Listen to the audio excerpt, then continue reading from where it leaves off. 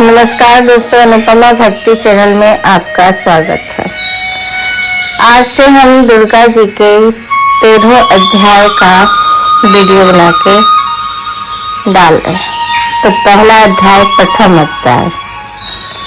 प्रथम चरित्र के ब्रह्मा ऋषि महाकाली देवता गायत्री छंद नंदा शक्ति रक्तदंतिका बीज अग्नि त्वत और ऋग्वेद स्वरूप है। श्री महाकाली देवताओं के प्रसन्नता के लिए प्रथम चरित्र के जप में विनियोग किया जाता है। भगवान विष्णु सो जाने पर मधु और कैटव को मारने के लिए कमल जन्मा ब्रह्मा जी ने जिनका स्तंभन किया था, उन महाकाली देवी का मैं सेवन करता। मैं अपने 10 हाथों खड्ग चक्र गदा बाण धनुष परिघ शूल भूषुंडी मस्तक और शंख धारण करती है। इनके तीनों नेत्र हैं। ये समस्त अंगों में दिव्य आभूषणों से विभूषित है। इनके शरीर कांति नील मणि के समान है तथा वे 10 मुख और 10 पैरों से युक्त हैं। मार्कंडेय जी बोलते हैं, सूर्य के पुत्र स्वर्णी जो 8वें मनु कहे जाते हैं, उनके उत्पत्ति की कथा विस्तार पूर्वक कहता हूँ, सुनो। सूर्य कुमार महाभाग स्वर्णी भगवती महामाया के अनुग्रह से जिस प्रकार मनवंतर के स्वामी हुए, वही प्रसंग सुनाता हूँ। पूर्व काल बात है, स्वऋषि मनवंतर में सूरथ नाम के एक राजा थे जो चैत्र वंश में उत्पन्न हुए थे। उनका समस्त भूमंडल पर अधिकार था। वे प्रजा के अपनी ओर से पुत्रों की भांति धर्म पूर्वक पालन करते थे। तो भी उस समस्त कोला विध्वंसी नमक क्षत्रिय उनके शत्रु हो गए। राजा सूरथ की दंड नीति बड़ी प्रबल थी। उनका शत्रुओं के साथ संग्राम हुआ। यद्यपि कोलाधि विध्वंसी संख्या में कम थे, तो भी राजा सूरथ युद्ध में उनसे परास्त हो गए। तब वे युद्ध भूमि से अपने नगर लौट आए और केवल अपने देश के राजा होकर रहने लगे। समूची पृथ्वी से अब उनका अधिकार जाता रहा, किंतु वहां भी इन प्रबल शत्रुओं उस समय महाभाग राजा सूरथ पर आक्रमण कर दिया। राजा का बल छीन हो चला था, इसलिए उन्होंने दुष्ट बलवान एवं दुरात्मा मंत्रियों के वहां उनकी राजधानी भी राजकीय सेना और खजानों को हथिया लिया। सूरत का प्रभुत्व नष्ट हो चुका था, इसीलिए शिकार खेलने बहाने घोड़े पर सवार वहां से अकेले ही एक घने जंगल में चले गए। वहां उन्होंने विप्रवर मेधा मुनि का आश्रम देखा। वहां कितने ही हिंसक जीव अपनी स्वाभाविक हिंसा वृत्ति छोड़कर परम शांत भाव से रहते थे। मुनि के बहुत से शिष्य उस वन की शोभा बढ़ा रहे थे। वहां जाने पर मुनि ने उनका सत्कार किया और वे उन मुनि श्रेष्ठ के आश्रम पर इधर उधर विचरते हुए कुछ काल तक रहे। फिर ममता से आकृष्ट होकर वहां से इस प्रकार चिंता करने लगे कि पूर्व काल में मेरे पूर्वजों ने जिसका पालन किया था, वही नगर आज मुझसे रहित है। पता नहीं मेरे दुराचार और भृत्यगण उनकी धर्म पूर्वक रक्षा करते हैं या नहीं। जो सदा मद की वर्षा करने वाले और सूरवीर था, जो मेरा प्रधान हाथी अब शत्रुओं के अधीन होकर न जाने किस भोगों को भोगता होगा। जो लोग मेरी कृपा धन और भोजन पानी से सदा मेरे पीछे पीछे चलते थे, वे निश्चय ही अब दूसरे राजाओं का अनुसरण करते होंगे। उन अब वही लोगों के द्वारा सदा खर्च होते रहने के कारण अत्यंत कष्ट से जमा किया हुआ मेरा वह खजाना खाली हो जाएगा। ये तथा और भी कई बातें राजा सूरथ निरंतर सोचते रहते थे। एक दिन उन्होंने वहां विप्रह मेधा के आश्रम से निकट एक वैश्य को देखा। उनसे पूछा, भाई तुम कौन हो? यहाँ तुम्हारे आने का क्या कारण है? क्या शोकग्रस्त हो और आप अनमने से दिखाई देते हो? राजा सूरथ का यह प्रेम पूर्वक कहा हुआ वचन सुनकर वैश्य विनीत भाव से उन्हें प्रणाम करके कहा। वैश्य ने कहा, राजन, मैं धनियों के कुल में उत्पन्न एक वैश्य हूँ। मेरा नाम समाधि है। मेरा दुष्ट स्त्री पुत्रों धन के लोभ में मुझे घर से बाहर निकाल दिया। मैं इस समय धन, स्त्री, पुत्रों से वंचित हूँ। मेरे विश्वसनीय बंधुओं ने मेरा ही धन लेकर मुझे दूर कर दिया है, इसलिए दुखी होकर मैं वन में चला आया हूँ। यहाँ रहकर मैं उस बातों को नहीं जानता कि मेरे पुत्रों की, स्त्री की, स्वजनों की कुशल है या नहीं। इस समय घर में वे कुशलता से रहते हैं अथवा नहीं, उनके कोई कष्ट है। ये मेरे पुत्र कैसे हैं? क्या वे सदाचारी अथवा दुराचारी हो गए हैं? राजा ने पूछा, जिन लोभी स्त्री, पुत्र आदि धन के कारण तुम्हें घर से निकाल दिए, फिर भी उनके प्रति तुम्हारे चित्त में इतना स्नेह बंधन क्यों है? वैश्य बोला, आप मेरे विषय में जैसे बात कहते हैं यह सब ठीक है, किंतु क्या करूं? मेरा मन निष्ठुरता नहीं धारण करता। जिन्होंने धन के लोभ में पड़कर पिता के प्रति स्नेह, पति के प्रति प्रेम अथवा आत्मजन के प्रति अनुराग को तिलांजलि दे मुझे घर से निकाल दिया है, उनके प्रति मेरे हृदय में इतना स्नेह, महामते गुणहीन बंधुओं के प्रति जो भी मेरा चित्त इस प्रकार प्रेम मग्न हो रहा है, यह क्या है? इस बातों को मैं नहीं जानकर भी नहीं जान पाता। उनके लिए मैं लंबी सांसें ले रहा हूँ और मेरा हृदय अत्यंत दुखित हो रहा है। उन लोगों में प्रेम का सर्वथा अभाव है, तो भी मैं उनके प्रति जो मेरा मन निष्ठुर नहीं हो पाता, इसके लिए क्या करूं? मार्कंडेय जी कहते हैं,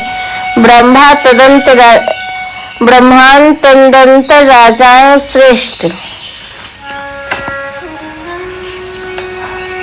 सूरत और वहां समाधि नामक वैश्य दोनों साथ साथ मेधा मुनि सेवा में उपस्थित हुए और उनके साथ योग्य न्यायकुल विनय पूर्ण बर्ताव करते बैठे। तत्पश्चात वैश्य और राजा कुछ वार्तालाप आरंभ किया। राजन ने कहा, भगवान, मैं आपसे एक बात पूछना चाहता हूँ, मुझे बताइए। मेरा चित्त अपने अधीन न होने के कारण यह बात मेरे मन को बहुत दुखी देता है। जो राज्य मेरे हाथ से चला गया है, उसमें और उसके संपूर्ण अंगों में मेरी ममता बनी हुई है। मुनि श्रेष्ठ, यह जानते हुए कि वह अब मेरा नहीं है, अज्ञानी को भांति मुझे उसके लिए दुख होता है। यह क्या है? इधर यह वैश्य भी घर में अपमानित होकर आया है। उनके पुत्र, स्त्री और भृत्यों ने उन्हें छोड़ दिया है। स्वजनों भी इसका परित्याग कर दिया है, तो भी यह इनके प्रति अत्यंत हार्दिक स्नेह रखता है। इस प्रकार यह तथा मैं इस बात से दोनों ही बहुत दुखी हैं। इसमें प्रत्यक्ष दोष देखा गया है। उस विषय के लिए भी हमारे मन में ममता जनित आकर्षक पैदा हो रहा है। महाभाग, हम दोनों समझदार हैं, तो भी हमारे जो मोह पैदा हुआ है वह क्या है? विवेक के शून्य पुरुषों की भांति मुझ में और इसमें यह मूढ़ता प्रत्यक्ष दिखाई देती है। ऋषि बोले, महाभाग, विषय मार्ग की ज्ञान सब जीवों को है। इस प्रकार विषय भी सबके लिए अलग अलग है। कुछ प्राणी दिन में नहीं देखते तो दूसरे रात में नहीं देखते, तथा कुछ जीव तो ऐसे हैं जो दिन और रात्रि में बराबर ही देखते हैं। यह ठीक है कि मनुष्य समझदार होते, किंतु केवल वे ही ऐसे नहीं हैं। पशु, पक्षी और मृग आदि सभी प्राणी समझदार होते हैं। मनुष्य की समझ भी वैसी ही होती है जैसे उन मृग और पक्षियों की होती है, तथा जैसे मनुष्य होती है वैसे ही उन पर मृग, पक्षी आदि होती है। यह तथा अन्य बातें भी प्रायः दोनों समान ही हैं। समझ होने पर भी इन पक्षियों को तो देखो, वे स्वयं भूखे पीड़ित होते हुए भी मोह बस बच्चे के चोंच में कितने चार से अन्न के दाने डाल रहे हैं। नरश्रेष्ठ, क्या तुम ये नहीं देखते? यह मनुष्य समझदार होते हुए भी लोग बस अपने किए हुए उपकार का बदला पाने के लिए पुत्रों को अभिलाषा करते हैं। यद्यपि उन सब में सबकी कमी नहीं है, तथापि वे संसार की स्थिति, जन्म मरण परंपरा बनाए रहने वाले भगवती महामाया के प्रभाव दाड़ा ममतामय भंवर से युक्त मोह के गहरे गर्त में गिराए गए हैं, इसलिए इसमें आश्चर्य नहीं करना चाहिए। जगदीश्वर भगवान विष्णु की योग निंदा रूपा जो भगवती महामाया है, उन्होंने यह जगत मोहित हो रहा है। वे भगवती महामाया देवी गाड़ियों के भी चित्र बलपूर्वक खींच कर मोह में डाल देती है। वही संपूर्ण चराचर जगत की सृष्टि करती है तथा वही प्रसन्न होने पर मनुष्य को मुक्ति के लिए वरदान देती है। वही पर विद्या, संसार बंधन और मोक्ष की हे भूता सनातनी देवी तथा संपूर्ण ईश्वरों की अधीश्वरी है। राजन ने पूछा, भगवान जिन्हें आप महामाया कहते हुए देवी कौन है? ब्रह्मन उनका आविर्भाव कैसे हुआ तथा उनके चरित्र कौन है? ब्रह्म देवताओं में श्रेष्ठ महर्षि उन देवी का जैसे प्रभाव हो वैसा स्वरूप हो और जिस प्रकार प्रादुर्भाव हुआ हो, सब मैं आपसे मुख से सुनना चाहता हूँ। ऋषि बोले, राजन वास्तव में देवी नित्य स्वरूपिणी है। संपूर्ण जगत उन्हीं का रूप तथा समस्त विश्व को व्याप्त कर रखा है, इसलिए उनका प्राकट्य अनेक प्रकार से होता है। वह मुझसे सुनो, यद्यपि ये नित्य और अजन्मा है तथापि सब देवताओं को कार्य सिद्ध करने के लिए प्रकट होती है। ये सब लोगों में उत्पन्न हुई कहलाती है। कल्प के अंत में जब संपूर्ण जगत एकावर्ण में निमग्न हो रहा था, सब प्रभु भगवान विष्णु शेषनाग को शैया बिछाकर योग निंदा आशय से सो रहे थे, उस समय उनके कानों के नल से दो भयंकर असुर उत्पन्न हुए जो मधु और कैटव के नाम से विख्यात थे। ये दोनों ब्रह्मा जी का वध करने को तैयार हो गए। भगवान विष्णु नाभि कमल में विराजमान प्रजापति ब्रह्मा जी का जब उन दोनों ने भयानक असुरों ने अपने पास आया और भगवान सोया हुआ देखा तो एकाग्रचित होकर उन्होंने भगवान विष्णु को जगाने के लिए उन्हें नेत्रों में निवास करने वाली योग निद्रा का स्तंभन आरंभ किया, जो इस विश्व को अधीश्वरी जगत की धारण करने वाली, संसार का पालन करने और संहार करने वाली तथा तेजस स्वरूप भगवान विष्णु की अनुपम शक्ति है। उनकी भगवती निंद्रा देवी भगवान ब्रह्मा स्तुति करने लगे।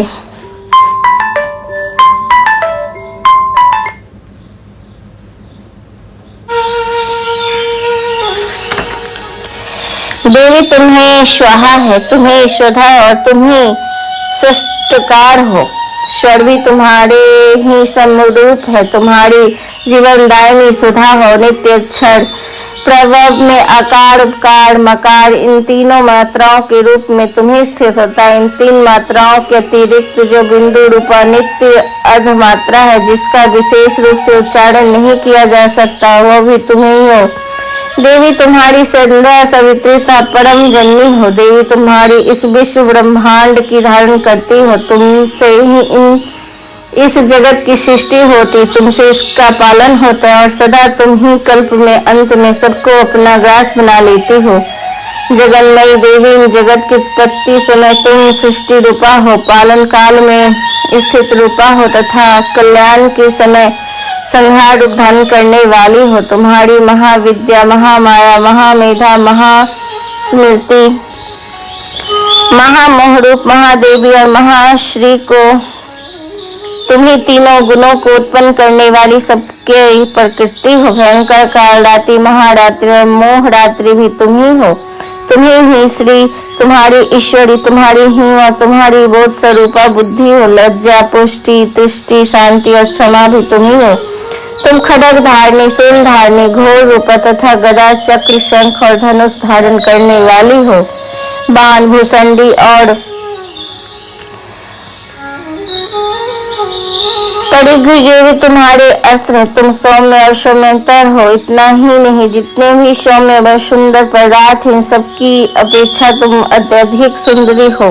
पर और अपर सबसे परे रहने वाली परमेश्वरी तुम्हारी ही स्वरूप सर्वस्वरूपे देवी। कहीं भी सत्य असत्य रूप से जो कुछ वस्तुएं हैं उन सब की जो शक्ति हो तुम ही हो। ऐसी अवस्था में तुम्हारी स्तुति क्या है कि हो सकती है। जो इस जगत की सृष्टि पालन और संहार करते हैं, उस भगवान को भी जब तुम ने निंदा के अधीन कर दिया है, तब तुम्हारी स्तुति करने में यहाँ कौन समर्थ हो सकता है। मुझको भगवान शंकर को तथा भगवान विष्णु भी तुमसे भी शरीर धारण कराया है, अतः तुम्हारी स्तुति करना शक्ति किसमें है। देवी, तुम तो अपने इस उदार प्रभाव से प्रशंसित हो। ये जो दोनों दुर्घर्ष असुर मधु और कैटव है, उनको मोह में डाल दो और जगदीश भगवान विष्णु शीघ्र ही जगा दो। साथ ही इनके भीतर इन दोनों महान अश्वों को मार डालने की बुद्धि उत्पन्न कर दो। ऋषि कहते हैं, राजन, जब ब्रह्मा जो हाँ मधु और कैटव को मारने के उद्देश्य भगवान विष्णु को जगाने के लिए तमोगुणी अधिष्ठात्री देवी योग निंद्रा की इस प्रकार स्तुति की, तब भगवान ने नेत्र मुद्रा, नासिका, बाहु, हृदय, वक्ष स्थल से निकलकर अव्यक्त जन्मा ब्रह्मा जी की दृष्टि के समक्ष खड़ी हो गई। योग निंदा मुक्त होने पर जगत के स्वामी भगवान जनार्दन उस एकाग वर्ण के जल में शेषनाग की सैया की जाग उठे। फिर उन्होंने उन दोनों असुरों को देखा। दुरात्मा मधु और कैटव अत्यंत बलवान तथा पराक्रमी थे और क्रोध में लाल आंखें किए ब्रह्मा जी को खा जाने के लिए उद्योग कर रहे थे। तब भगवान श्रीहरि उठकर उन दोनों के साथ 5000 वर्षों तक केवल बाहु युद्ध किया। दोनों भी अत्यंत बल के कारण उन्मत्त हो रहे थे। इधर महामाया भी उन्हें मोह में डाल रखा था, इसलिए वे भगवान विष्णु को कहने लगे कि हम तुम्हारी वीरता से संतुष्ट है, तुम हम लोग से कोई वर मांगो। श्री भगवान बोले, यदि तुम मुझे वर देना ही चाहते हो और मुझ पर इतने प्रसन्न हो तो मेरे हाथ मारे जाओ। बस इतना ही मैंने वर मांगा है, यहाँ दूसरे किसी वर से क्या लेना है। ऋषि कहते हैं, इस प्रकार धोखे में आकर जाने पर तब उन्होंने संपूर्ण जगत को जल ही जल देखा। तब कमल नयन भगवान से कहा, जहाँ पृथ्वी जल से डूबी हुई ना हो, जहाँ सूखा स्थान हो, वहीं हमारा वध करो। ऋषि कहते हैं कि तब तथास्तु कहकर शंख, चक्र और गदा धारण करने वाले भगवान ने उन दोनों के मस्तक को अपनी औंख पर रखकर चक्र से काट डाले। इस प्रकार देवी महामाया ब्रह्मा जी की स्तुति करने पर स्वयं प्रकट हुई थी। अब पुनः तुमसे उनके प्रभाव का वर्णन करता हूँ, सुनो। तो दोस्तों, ये प्रथम अध्याय खत्म हुआ। आज से हम 13वां अध्याय आपके सामने लाने की कोशिश करेंगे। आपको कैसा लग रहा है ये हमें जरूर बताइएगा और मेरी वीडियो को पसंद करने के लिए आपका बहुत बहुत धन्यवाद। नमस्कार। हरि ओम। ओम पवित्रः पवित्रो वा सर्वावस्थां तो विवाह